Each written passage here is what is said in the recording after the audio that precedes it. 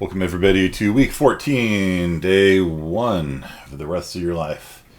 So, I was looking over the ELO scores, and there are two things that stood out to me. First of all was the number of people whose code didn't compile, and the reason for that will become clear in this lecture, because we're going to be talking about Makefiles today. And so Makefile is almost like its own programming language, but it tells you how to build your project. And if you have a Makefile in your directory, the autograder will use it and not just like G++ your code. And so a lot of people had Makefiles that were broken because they were using the wrong version of C++. And so they could compile the code manually, but when you compile it with a Makefile, it wouldn't compile.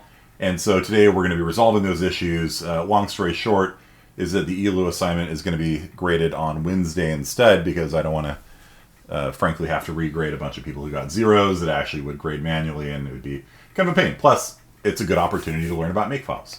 They're one of the most important topics in computer science, and this seems like a good segue into talking about separate compilation and Makefiles, especially since you'll see it actually really does make a difference on your ELO project. If you do your Makefile right, you can reduce your running time. In the previous class, I picked a random student. Their running time went from 5.5 seconds down to like 1.3 seconds, just from compiling it differently. And that's enough to get under the timeout deadline. And he went from passing 16 test cases to passing 20 without changing a single line of code. So we're going to learn about the optimizer today also. That's also really important. So could you also explain how unordered maps work and why they're so much faster than vectors? So how they work is a topic for CSI 41. You're going to end up making your own in CSI 41. The Xi books should explain some of it, but basically that's an entire lecture in and of itself, like how a hash table works. Just know that when you insert something or search for something based on the key, then it takes a single operation rather than if you had a million things in a vector. Like, let's say you had a vector of competitors, right? And some students were doing it that way because they know vectors and they're comfortable with vectors. And this whole unordered map thing seems a bit confusing because it's more complicated. Sure, you got a key and a value. You're not going to be able to beat the last 4 test cases because the last 4 test cases are huge. And they're designed deliberately to push you into motivating you into using an unordered map instead of a vector. So you can get a B on the assignment. You can get a 16 if you use vectors, but if you want to get an A, you're going to have to use an unordered map or a hash table. That's what they're called. So let's say you had a vector of the size of 1 million, and you wanted to find Bill Kearney somewhere within that vector. You have to do so by just starting at the beginning and going to the end. And if there's 1 million people, worst case, Bill Kearney is the very last entry in the vector, and you've spent 1 million operations trying to find me. If you had a unordered map, or hash table as they're called, and you had my ID, and you searched in the hash table on my ID, which is how the competition is structured, right? It's like ID 1, ID 2. It doesn't use names at all, basically past the data entry phase. You pass in my ID is 5922, whatever. It immediately finds it in a single operation and returns the record containing my information. So you can find a person based on the key in one operation instead of 1 million, which is why it's so much faster than a vector. Okay, so the reality of the situation is between vectors and unordered maps, that's going to cover probably 85% of your needs in like real life, as far as like data structures goes. Like if you got to hold millions and millions of records, vector is like the vanilla ice cream data structure. You use that until it's too slow, and then you switch to something else. And oftentimes what you switch to is unordered map. Or, if you're an experienced programmer, then you're like, this is going to be a case where I'm going to need really quick lookups. Insert, search, and delete. I need to be really fast in this thing. So I'm just going to use an unordered map from the start. And I kind of spoiled it for you guys. In a lot of semesters, I just let students do anything they want. Like you can see the comments in the code. It's like, figure out what kind of data structure you want here. And I took pity on you guys. I just said you should probably just use an unordered map from the start.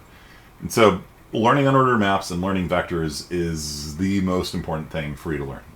In the Zybooks, you're going to learn about lists, which frankly I use 1% of the time. And you're going to learn about sets, which I use maybe 5% of the time. And then, and then there's vectors and unordered maps that are about 85% of the time, or one of those two. And then the remaining 5% are a bunch of exotic data structures like oct trees and quad trees and binary space partitions. And there's a lot of different data structures out there. You're going to take data structures next semester. You're going to take it again as a junior. You're going to take it again in grad school. So there's a lot of data structures out there. But honestly, between vector and unordered map, like that's gonna do you pretty good. Okay. When we did this in 41, did you end up using hash tables or BSTs? I used hash tables. A lot of students use BSTs instead. Hash tables are faster. Okay. So is this like MySQL? So MySQL is it's a database program, and when you insert data into a SQL database, there is a key. Every database basically has a primary key, and that's what you use to search, to insert, search, and delete on. It's based on the key, and that's usually some ID value. And you can have multiple keys, but there's usually a primary key for each database table or whatever, and that is highly accelerated by the database. It's also highly accelerated to do intersections and things like that. So give me a list of all people in my customers database that are men over the age of 50 who have a Mercedes that is more than 3 years old.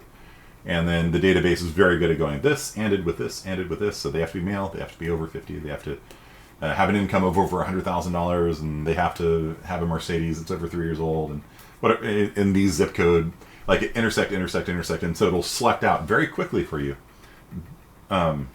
whatever request you're asking for. And then you spam those 100 people or so with letters saying, hey, it's been a while since you've come into the local Mercedes dealership. Have we got a deal for you? We're heavily discounting Mercedes this month. And that's how databases work. But they work by accelerating these key lookups, but also lookups where you're sort of saying, this is true, and this is true, and this is true, and this is true. And it goes, and it returns it very quickly for you. Good question. Could an array like the one in Bridges work for the ELO assignment? An array like the one in Bridges. Which Bridges? Bridges Mountains? Like a 2D array or something like that? I'm not sure which array you're talking about, but a 2D array? What would it be a 2D array of? Like, I don't know. Not really seeing it. Maybe like the competitor's results or something? I don't know. Yeah, no, the right data structure to use here is an unordered map. So let's get into this. Anyone want to volunteer? How is a Makefile different from G++? Makefiles tell you how to build your project. And so Makefile will call G++. And then rather than having to type G++ every time, you type make.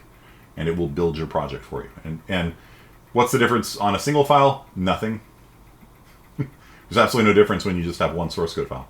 But when you got two, like you do in the ELO project, or 50, like you do on, one of these projects I'll probably show you today, then you definitely want to have a Makefile because you only want to recompile files that have changed.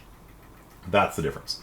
Makefile will look at your source code directory. When you type make, it'll only recompile the files that changed. So that rather than having to recompile 50 files, you only have to recompile like the one. And it's way, way faster. It's 50 times faster. Yeah.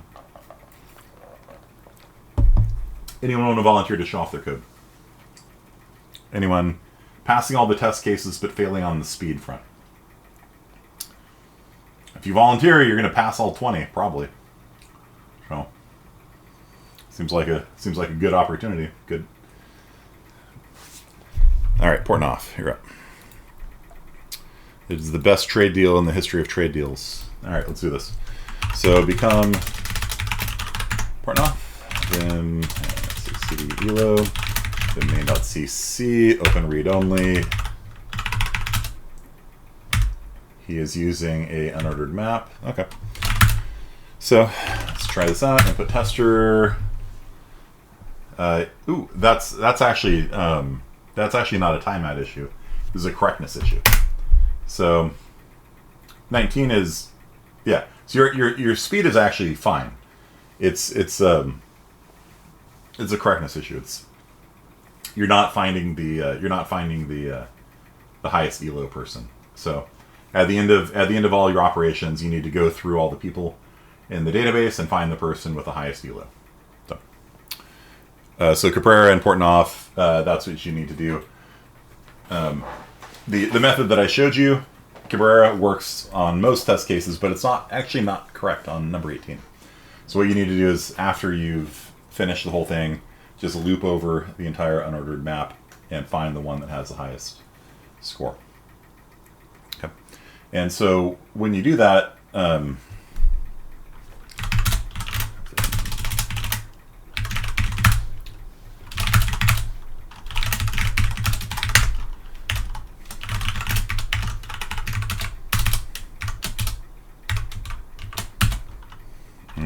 don't want to write this from scratch.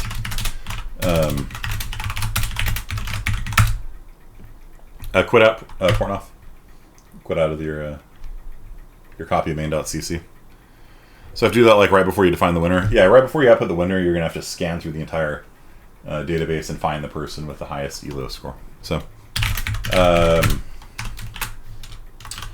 okay. So unordered maps are super cool, super awesome. A little bit weird to deal with, because if you ever do a range-based for loop with them, if you ever do something like this, like for auto x and list, I wouldn't call it a list, by the way, but it's fine. A list has kind of a different meaning in computer science, but it's fine. If you ever do this and you tried like couting x or something, this actually won't compile. I'm waiting for the auto come, which you don't have installed, so never mind. This won't compile. The reason why this won't compile is because when you get all the records in the database, it actually returns a pair. It's going to return a set of pairs of long, and competitors, like this. And so a pair has two elements to it, a dot first and a dot second. The dot first, x dot first, or fist. X dot first is the ID, it's the key.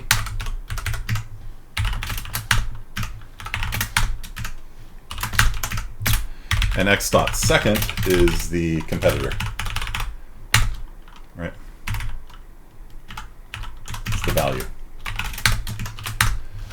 So if you wanted to, for example, find the elo, and I'm not going to show you exactly how to solve it, but if you wanted to,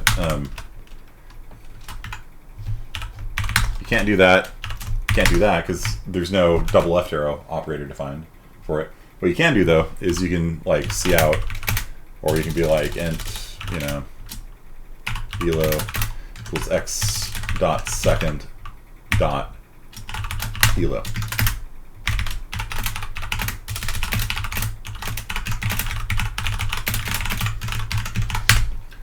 So this code here, for every, and I'm not going to type out this garbage thing here, I'm just going to write it as auto.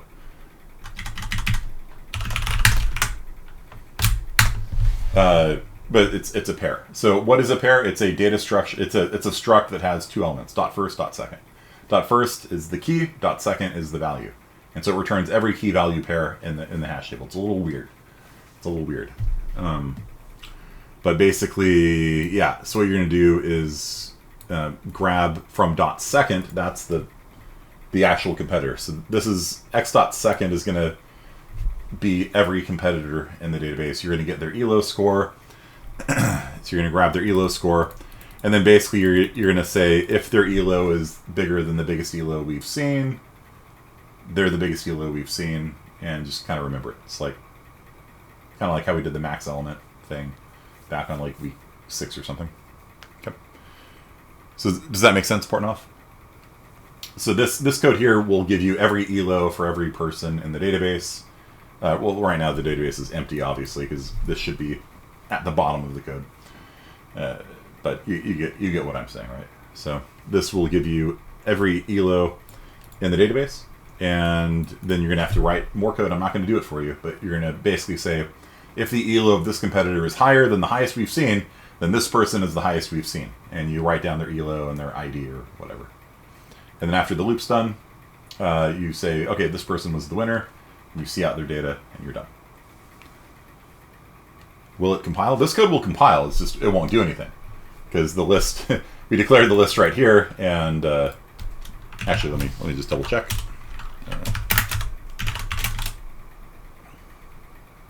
Yeah. So it's a lot more easy to be confident it'll be compiled when you have CFC installed. So yeah, this code will compile. You just take this, put it at the bottom of the code, add a little sprinkling of magic on it to find the biggest, highest ELO, and then output the winner. Okay. So that's what you're missing Portnoff. Now, we need to find somebody whose code is correct, but not running on time. Okay, so Portnoff, your code's plenty fast. We need to find somebody. You gotta use the set. That's fine.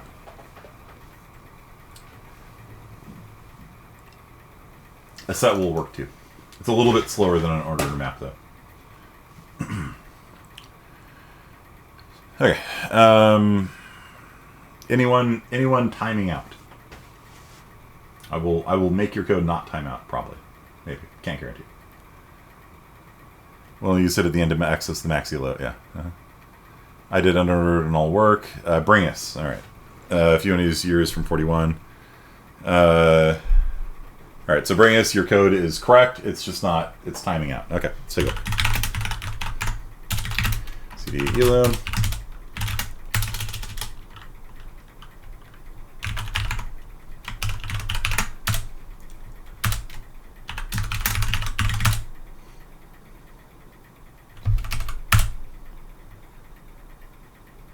No, it's not correct either. So, and your code's too slow. All right, so we will work on making your code faster, but I'm not going to fix the correctness on it because you're probably doing the same mistake that Portnoff has, which is you're just not finding the maximum person in the database. Okay, so just look at the previous 5 minutes of class and figure out what to do. But let's fix number 19. So let's just make sure that you're using a unordered map. Go ahead and quit out of your. Go ahead and quit out of your thing, Brigus. See if anybody's hammering the server right now. No? Okay. You're not in? Really? All right, we'll delete this. Okay. So. I've got a handy little shell script here called time it, which will tell you how long.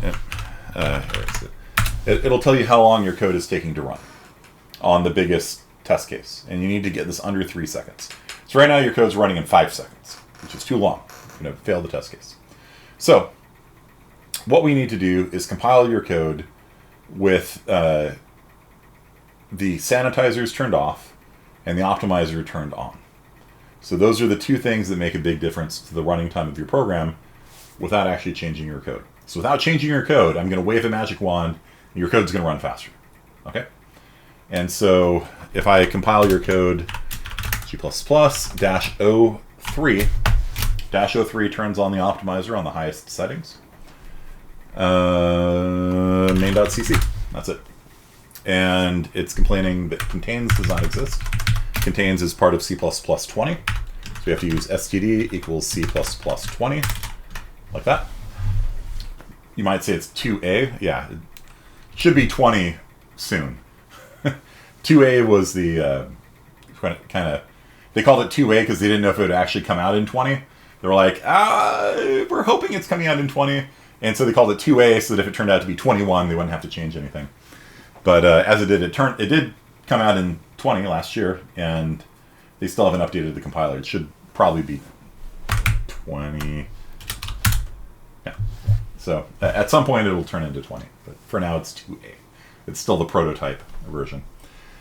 Okay, so we have compiled your code with the optimizer turned on in C++ 20 mode. Okay, and now I'm going to run time it, and your 5 seconds of running time is now 1.2 seconds.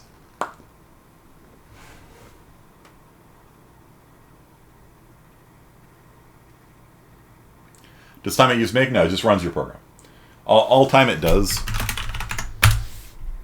it just runs your program using the big input file. That's it, and it times it.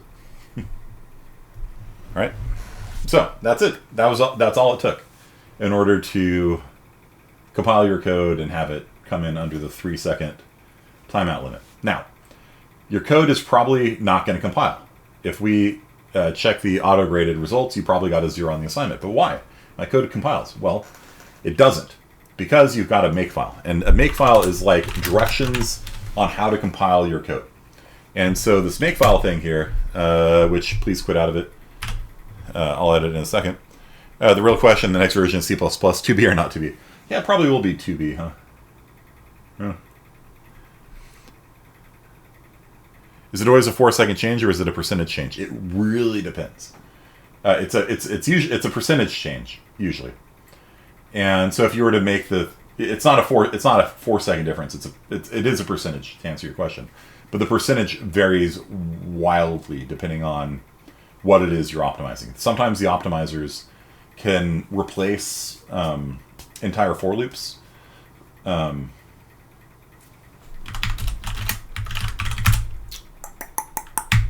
you got a lot of scratch files, huh?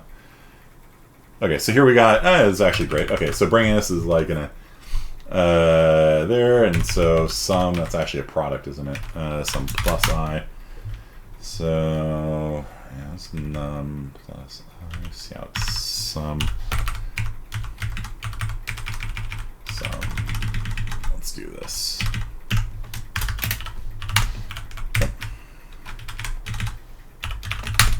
All right, so let's say that if we enter in 10, it's going to add up all the numbers from 0 to 9. Okay. So the first time through the loop, it adds 0. Next time through the loop, it adds... let me do this, maybe. From 1 to 10. Why not? Okay, so if they type in 10, then the answer should be 55, right? So always initialize your variables. This is extremely bad without the variables initialized. So the first one is the seconds. So let's compile this code, run it, type in 10, we get 55, right? Because the sum of all the numbers from 1 to 10 is 55. You guys with me so far?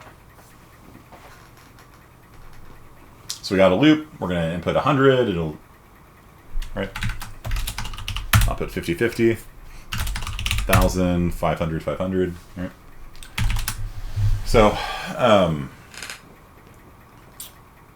let's time this. Let's time this with 1,000,000. Okay. So let's make sure we compile it with the optimizer off. If you put a backslash in front of G++, that means don't use the alias, because I have G++ alias for you guys. It sets a lot of things by default without you knowing it. It turns on all the safety features. All the safety features are turned on by default. The optimizer is turned off. So yeah, let's do this. This will be slow. It'll be great. Okay. So time a.out, and we're gonna compute 6, 1 million, 10 million integer overflow. Dang. Okay, let's just turn off UV-SAN and just let it run. Let it fight. Main.cc. Yeah. Now let's make it a...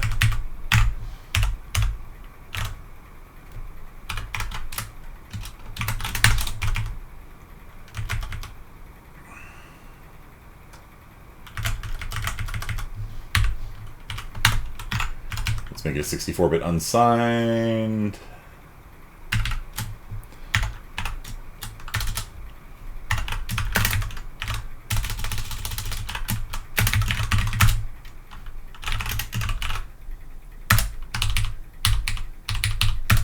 $10 million. Interesting.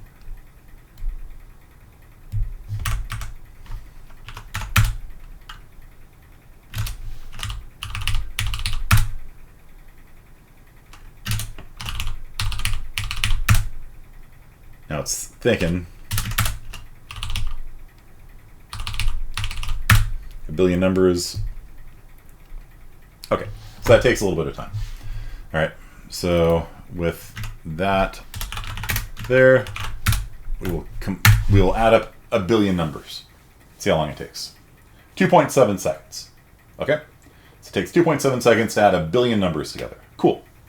Now let's do this with the optimizer turned on.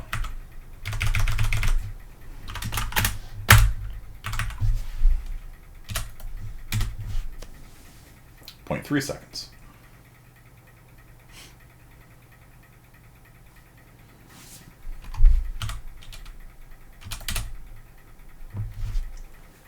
Bit faster. That's like what, 9 times faster? It's pretty good. And in fact, loops like this, a lot of times the here, let's do this maybe. Is less than equal to 1 billion.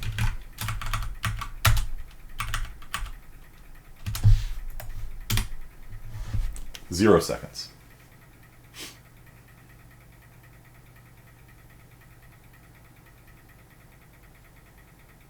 Pretty damn close to it. Took a little bit of time to handle the input, I guess. Is there a reason not to have the optimizer on? If you are trying to debug your code, the optimizer a lot of times will delete your functions. Like if you were to look at the output of this code, you would not see your for loop in it anywhere because it'll remove the for loop.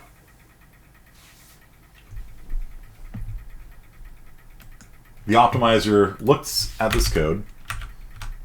It looks at this code and says, I know what the answer to that is. That's a numerical series. I recognize that numerical series, and it replaces this whole for loop here with the answer.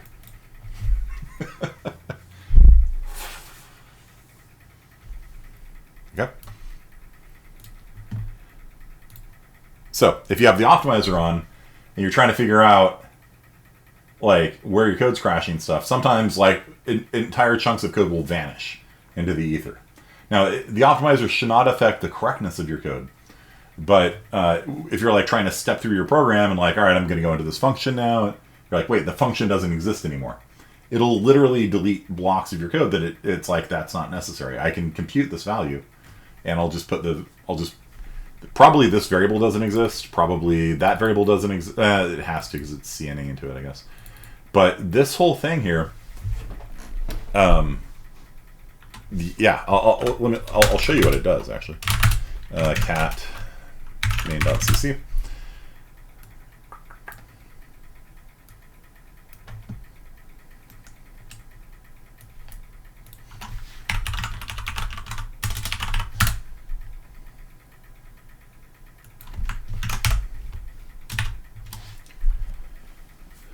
Compilation failed.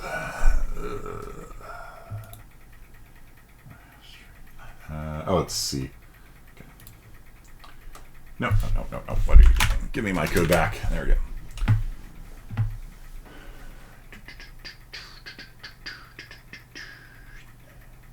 Switch this to ARM. I read ARM simply. ARM 32-bit. There you go. Okay. So with the optimizer turned off, it's going to generate 83 lines of code. It's got a loop in there. It's doing all this stuff. You don't need to know assembly. You learn that in 45. But basically, you can see there's just, it's going to jump up to here and go down here and jump up to here and go down here. It's doing the computation over and over again. Now, if we compile this with -03, which a lot of my students have joked they're going to get tattooed on their arms, you can see that that's the cout statement there. cn, track, move, vector store, d16 int, and then it couts it. So in between the scene and the cout, there is no loop. There's no loop anywhere in there. Okay. It just puts the value in the output and prints it out to the screen. So So yeah, if you're debugging your code, a lot of times you turn the optimizer off because your code looks very different when huge chunks of it have been deleted. Like a lot of the variables get deleted, a lot of the loops get deleted, functions get deleted, because it just knows you don't need to do it. Okay, so how do we add this to our Makefile? So we want to bring us there. Let's purge. Just there you go. Look at me. I am the bring us now. Okay.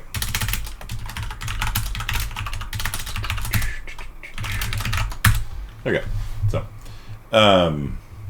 So here's the Makefile. So the Makefile is like a recipe on how to build your project, and it's different. This is not C++. Make is like its own language that was made kind of by accident. It was not supposed to be like a released project. The guy who made Make made it before going on vacation, and when he came back, everyone was using it, and it was too late to change the syntax then. So this is what happens when you like kind of put out a rough draft and then everybody loves it, you know. So the format of this is there's a couple different parts to it. So the parts before the colon are what are called the target, and that's the thing that gets made. So the ultimate end goal of our Makefile here is to produce an executable called a.out. Okay, so the thing before the colon is the target. That's the thing that's going to get produced. And a Makefile is like a dependency graph. It's a dependent. It like says this depends on this, and this depends on this. And then when something updates, it sees, okay, so if main.cc is used by main.o, and I'll explain what that is in a second, then main.o has to update, and it runs this line of code here. And now that main.o is updated, that's updated, and so we need to update a.out, and so this line of code runs. And so basically it looks at all the timestamps in your directory and says what's changed since the last time we've built the project. And if the only thing that has changed is, like, let's say data.cc, then it will recompile this code and it will not recompile that code. That's what makes Makefiles so sweet. Okay. If you've got one file, there's no real benefit to it. If you've got two, start seeing a benefit. If you got 50, you have to use a Makefile or equivalent. There's a lot of tools out there for doing project building. CMake is very popular. Visual Studio has, I think, NMake or something like that.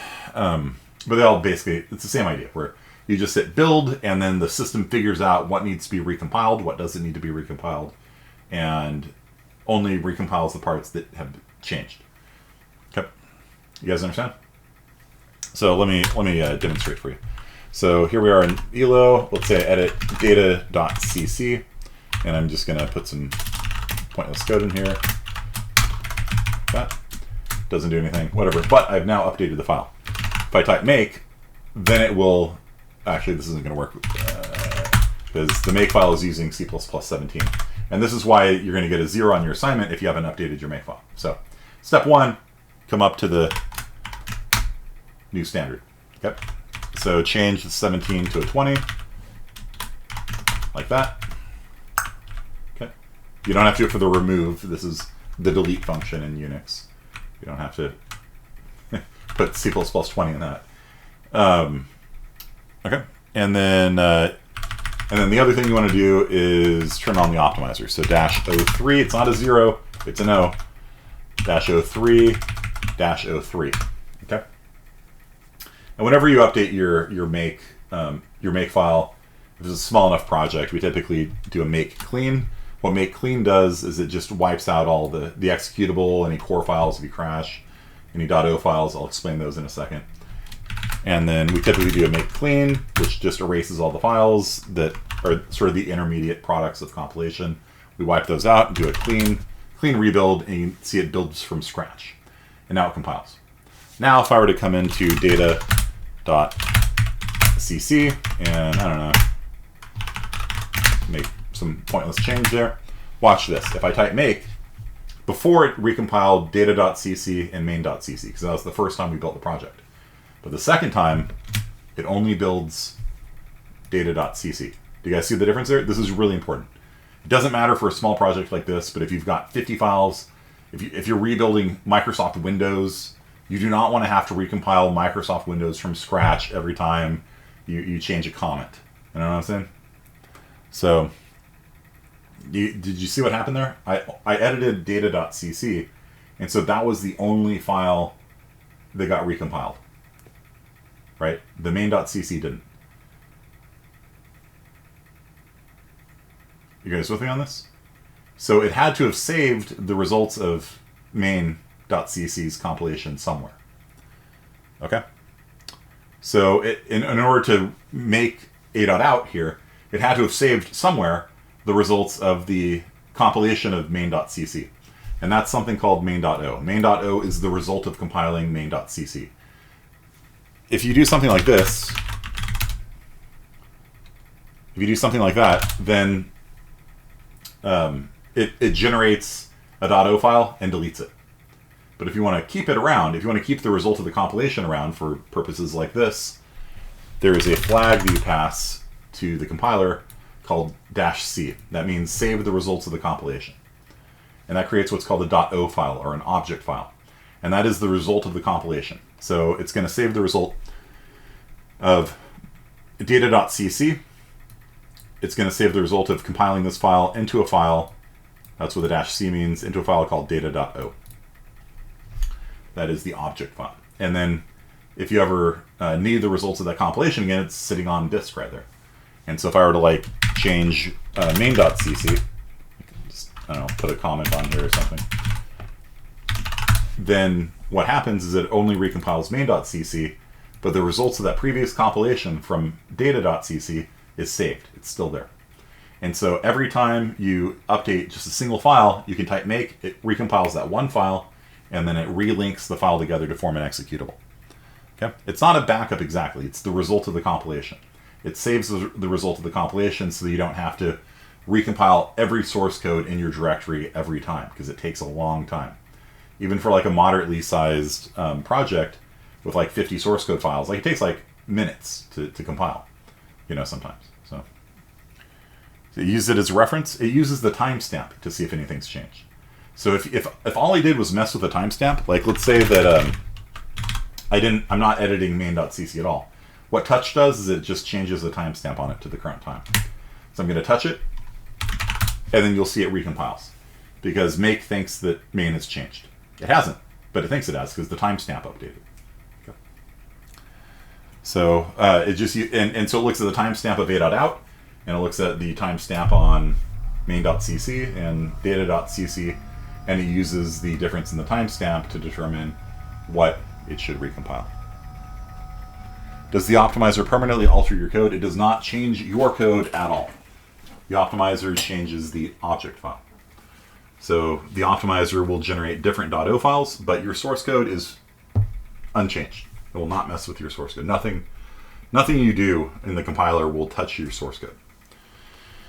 Okay, so the steps that you guys need to do for your assignment is to change the 17 to a 2A and change, well, not change, but add the optimizer on there. And so if we do this, we're up to date. See, that's another nice thing. You just keep hitting make, you're up to date. Don't waste my time, man. So if I were to run time it now, you'll see that his code is running in 1.3 seconds instead of 5. So he's now going to be passing all those big test cases. Okay. That he was too slow for before. Now, his code needs to be fixed on the max score, right? So the max score needs to be fixed. What I showed earlier in the lecture, you need to loop through the whole hash table and find the maximum element of it. Okay, so let's talk a little bit more about Makefiles.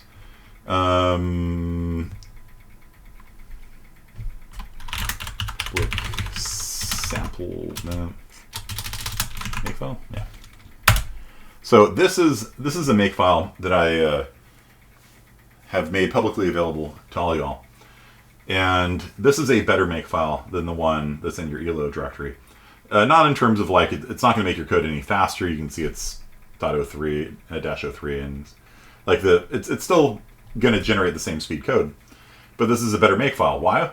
Because let's say that I wanted to find out how much slowdown I get from adding an address sanitizer. So you guys remember address sanitizer and ubisan? Address sanitizer, every time you do an array access, it makes sure the array is within bounds. Ubisan does things like if your integer overflows, like we saw earlier, it kills your program, it says you integer overflowed. And so these sanitizers are not free. They sit there and watch your program as it runs, and it slows it down substantially. And how much substantially depends. Okay, so I could add -f sanitize equals address to each line. It's kind of a pain in the ass though. So what I'm going to do instead is show you that you can make a variable in Makefiles as well. It's very common.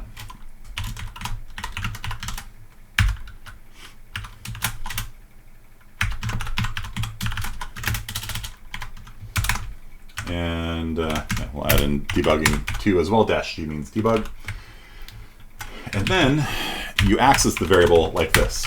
This doesn't look very much like C++. That's because it's not. It is not C++ at all. So this is a slightly better version of what we had before because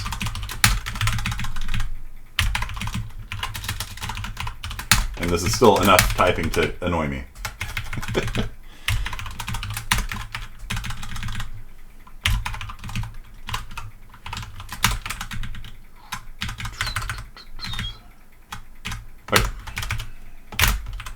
So this is the exact same Makefile that we had before, except we're using variables now. So if I were to do a make clean and a make, you'll see that the commands that it generates are exactly the same, right?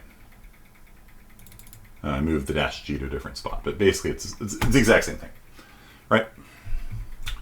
Do you guys understand? So now if I want to add address sanitizer to it,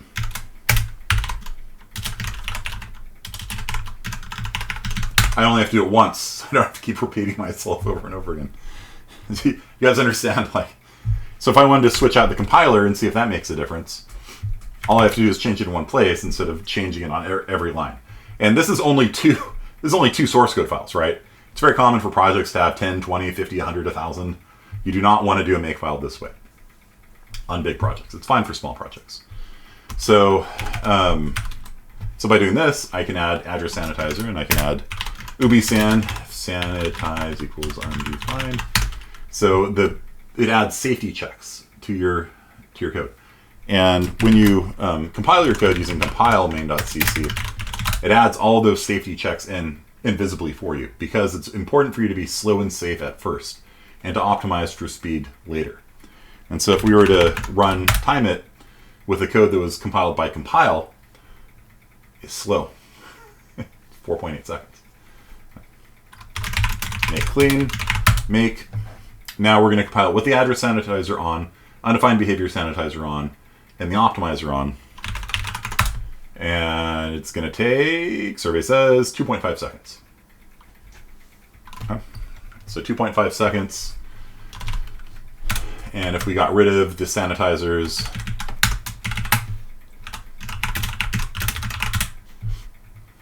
you have to do a make clean each time because the files haven't updated. So usually when you change a Makefile like that, you do a make clean and rebuild. Not always, but usually. So if we turn off the address sanitizer, you see this difference? So the sanitizers are programs that run within your program that just watch your program and make sure you don't do anything bad. It's really good for new programmers, but it comes at a speed cost. So it reduces the speed of your program from 1.3 seconds to 2.5 seconds. So just having the sanitizers on is enough to almost take you up to that 3-second cutoff where you lose a point. Okay. This is 41 work. I don't know. It's computer science, so everybody benefits from knowing about -03. Let me tell you, because it more or less just is free performance. It'll slow down your compilation maybe a little bit, but we can time it. Actually, you want to time to see how much longer it takes to compile? We can do that. Make clean, time make. So it took 1.3 seconds to build.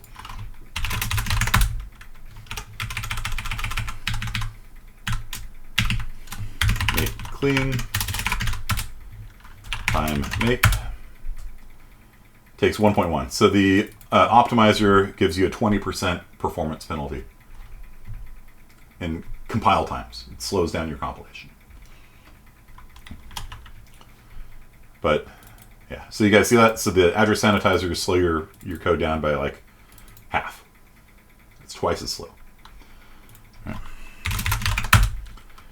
Now we can turn off debugging, see if that makes a difference. And actually, let's see how long it takes to build. Oh yeah, with debugging off, it's even faster. So if you turn off the debugging information, the compiler runs even faster. That's nice. So with the debugger off, let's run our test case, and it takes 2.2 seconds. Oh, just sometimes you want to run it multiple times, right?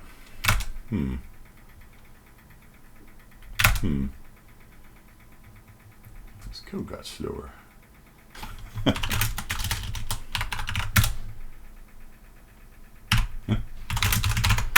Okay, so, oh, because we turned off the optimizer.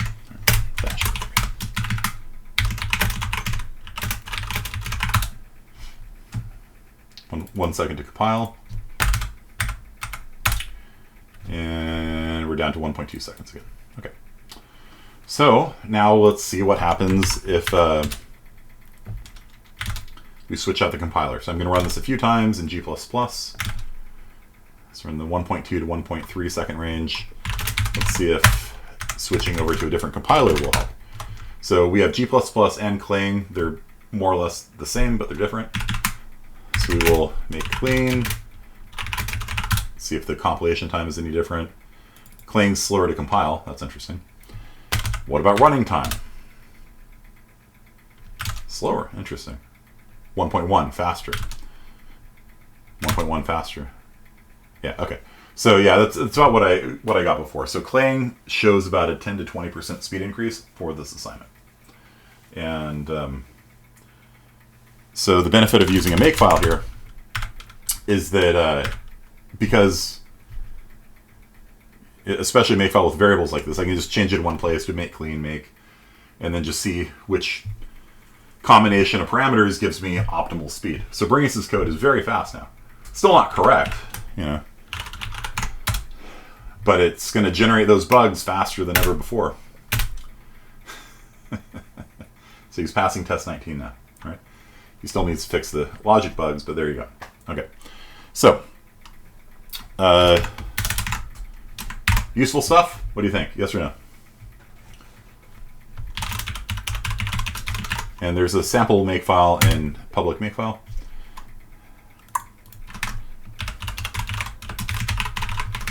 And this is like a go-to generic Makefile that works pretty well. And what this, you might notice that I don't have all those data.cc and main.cc. No. It looks at all files in the current directory that end in .cc and compiles them, turns them into a .o file. So it's an automatic generated rule. So every file that ends in a .cc generates a .o out of it using this compiler, using these compile flags. So it's kind of a generic Makefile that works pretty well. It doesn't work if you've got two different projects in the same directory, which you shouldn't have, but if you did, it would blend them all together and explode. So this doesn't work if you've got main backup, and they all have the main in them. You would try compiling all three of those mains together into one program, and your code would explode. So, yeah, it wouldn't work in a case like that, but in a normal project, it works just fine.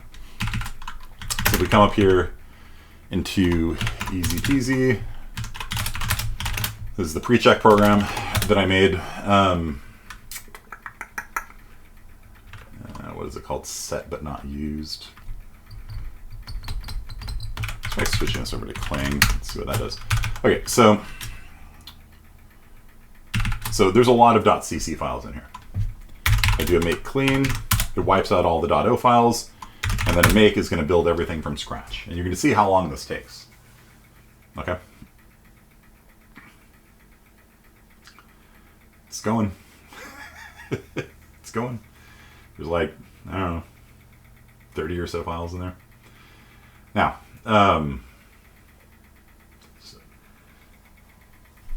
just going to let this run for a while. I'll pull up a new putty window, and we can explain a little bit more of what's going on. So, so do you guys understand this dependency structure? In order to build a.out, it needs to have these two things exist. If one of these things changes, then it rebuilds a.out using this command. Oops, using this command here. All right. Well, how do we get that? Well, that's what this rule tells us. How do we get the main.o file? Well, main.o depends on data.h and main.cc. If either of those change, then it will run this command here, and it will generate a main.o from the main.cc. And so it's like a tree. And if any part changes, then it recompiles that file. Then it goes up the tree. So this, if that changes, if data.h changes, it's going to cause both that and that to recompile. Okay. So, sweet, your paint is dry. And it's still going. Still going. Okay, so let's talk a little bit about how header files work. Okay, so let me make the world's simplest C++ program. What does this program do? What is this is a perfectly acceptable, technically the smallest C++ program is this. This is a valid C++ program. Anyone know what this does? It returns 42, yeah, the previous version. Absolutely nothing? No, it does something. This is actually a famous Unix utility called false. No, sorry. It's not false. False does nothing unsuccessfully. This is true. True does nothing successfully. So this is a famous Unix utility that does nothing successfully. What does that mean? Well, if you run true, the error code, remember how we talked about error codes? The error code is 0. Whereas if you run false, the error code is 1. So our program here, G++ a.cc, is doing nothing successfully. We've just implemented a famous Unix utility called true. Who wrote this? Jim Mehring. He's a pretty famous guy.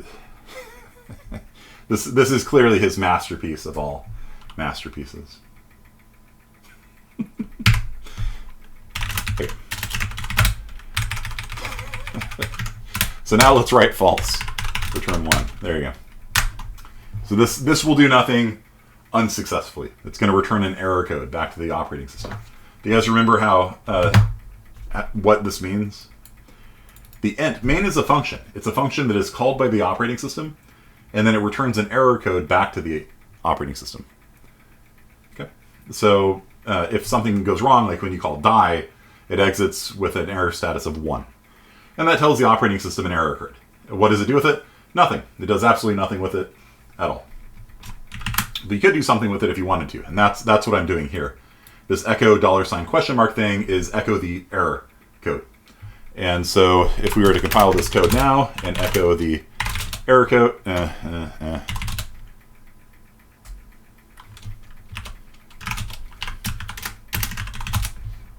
run it first. How about that? Don't forget to run it. Then it gives you an error code of 1. Okay. And so what does it mean? Nothing. But if you wrote a shell script, like my compile shell script that I made for you guys, then when it runs these tools, it checks to see if an error occurred. You see that? The $? So it's really useful in scripting and things like that. So like you run a program, and if an error occurred, you stop. And if it succeeded, then you continue. So it's useful in things like that. Okay. All right, so wrong one. So let's say that we wanted to call a function in another file, because that's kind of what we're talking about today. We're talking about separate compilation today, where we've got multiple .cc files and they're calling functions across the different files. So let's say that we want to call a function called return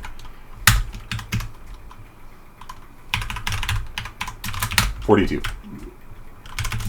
This is a function that is found inside of b.cc that returns 43, of course. Make it return 42. Okay. So we've got a function here. This is in a file called b.cc. It's a different file. So a.cc and was it vsplit? And then over here, let's edit b.cc. Okay. You guys see this? So here's a.cc. It's calling this function here called return 42. And return 42 is a function that returns 42. It's in a different file. So why is this code not compiling? What's its problem? You see that? It's not going to compile. Why? What do you need to do in C++ before you call a function? No header file. Yeah. Well, yeah. Technically, you don't need any header files. If I did this, this is called a forward declaration or a function declaration.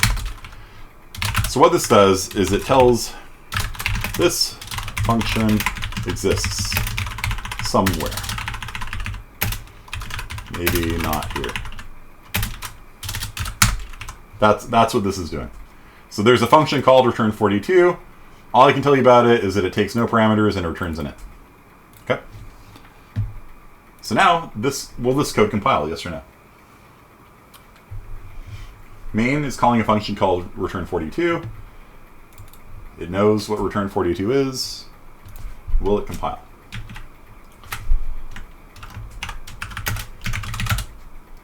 It does compile, but it doesn't link. What does link mean? Well, remember how we were talking about .o files?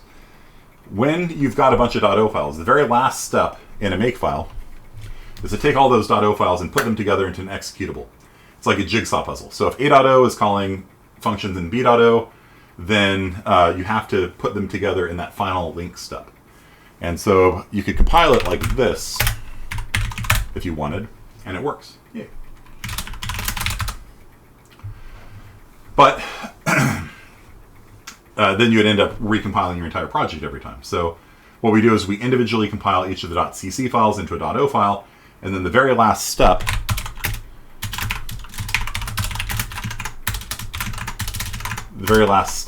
is this one, where it links the .o files together. And linking is a step that takes object files and generates an executable from them. And usually you don't generate an executable called a.out, because that's just sort of your generic, I don't have a name for this name. It's the assembler out. Usually it's named Firefox or something like that, but I just use a.out because, I don't know, why not? Makes it easier for the autograder to work, I guess. So the last step is to take all the .o files and smush them together, and then if main is calling a function in data, and data is calling a function in main, then everything works nicely. Okay. So the usual way we do it, though, is not like this. Usually what we do is we make a header file that has a list of all of the functions in our program. So if we were to go up to easy peasy, there is a header file that lists all the different functions that people can call. There's a file called bug.h, and it just has a list of all the different functions that everybody can call from each other. And so all of the different .cc files includes it. Okay. And so by doing that, it gives a list of all the different functions that exist, and then I can call it, and everything kind of works out nicely. So the way I would refactor this code to use a header file is I would just take all this code here, and I'm going to put it into a header file called a.h.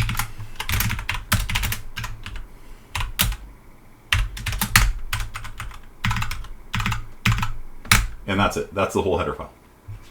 Okay. There's usually a little more that goes into header files than this, but I'm not going to worry about it right now. Yeah. Typically, you start a header file with that. It doesn't really matter. We'll just ignore that for now. So, so what happens when you have an include statement. What does hashtag include do? Do you guys know? This works differently in different languages. Like in Java and Python, they have these import statements and things like that. So what hashtag include does is it copies and pastes the entire file in. That's it. Control C, Control V, boom. So if you wanted to see cat a.h, so our header file here is just this one line, right? And then our implementation file is this. What's going to happen is that line there is going to turn into this line here. You guys understand? But we could also include it from like up here or something, right? So we can. So it's pretty common for like all the function names just to be in a header file, and then everybody can call each other's functions. So if we had a function in A called Bob,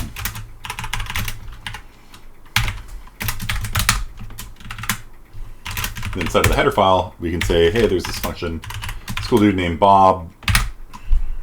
Okay.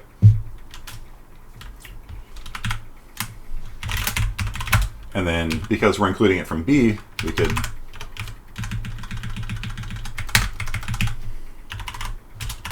call Bob. Yeah. And that'll work.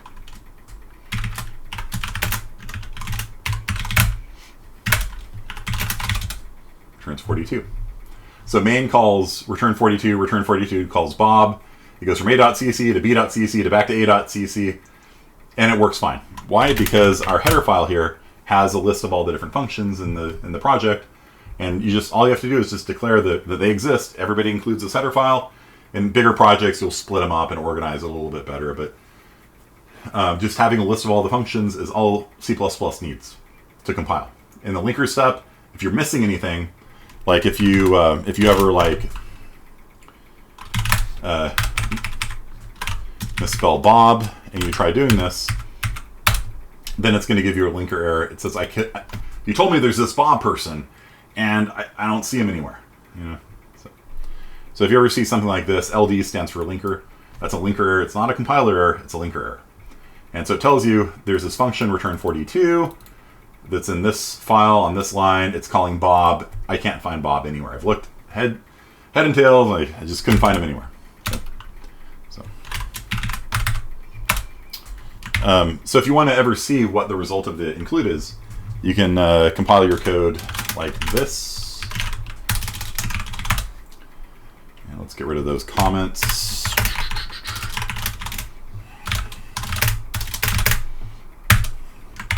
Okay, so here is a.cc, and then here's a.cc after the preprocessor is run. You see the difference? So that hashtag include, it just copied and pasted the entire header file into your source code. Does that make sense? So when you do hashtag include something, it just opens up the file, copies the entire thing into your source code. This explodes the size of your source code, by the way. Anyone want to take a guess how many lines of code Hello World actually is? Just eyeballing. Just ballpark figure.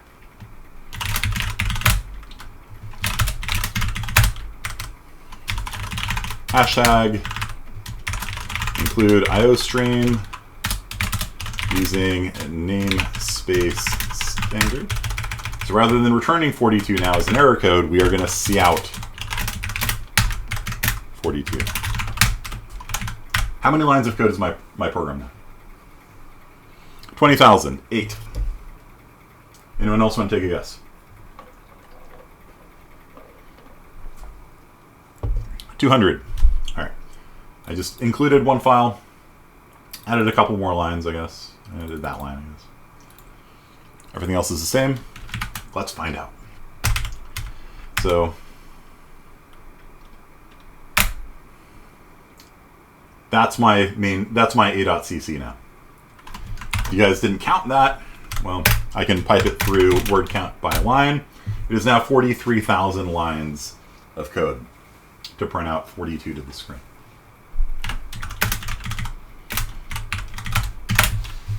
All the code does is print 42 to the screen. It is 43,044 lines of code.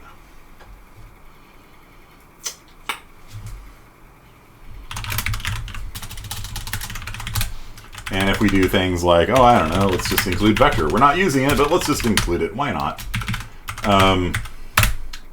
That's another 4,000 lines of code.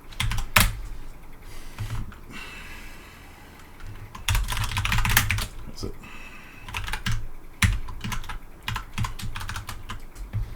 Let's include the entire standard library. Why not? Why not? Let's include the entire standard library. 139,000 lines of code now. Okay.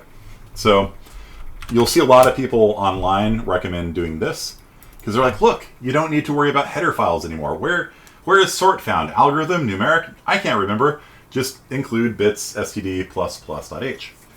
And the downside of that is that you're now adding 130 lines of code to every source code file that you have in your system. So sometimes that's okay. Like, you know, like if you want to argue to me that saving typing is faster than, you know, the compilation time, you're not gonna, you know, I'm all for it. But let's see here. How long does this take to compile now?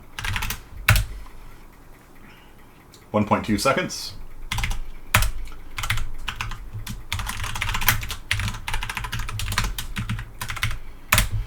Versus 0.3 seconds. So by including the entire standard library, we've added about a second of compile time. All right. Let's turn off address sanitizer, things like that. No, not you. You.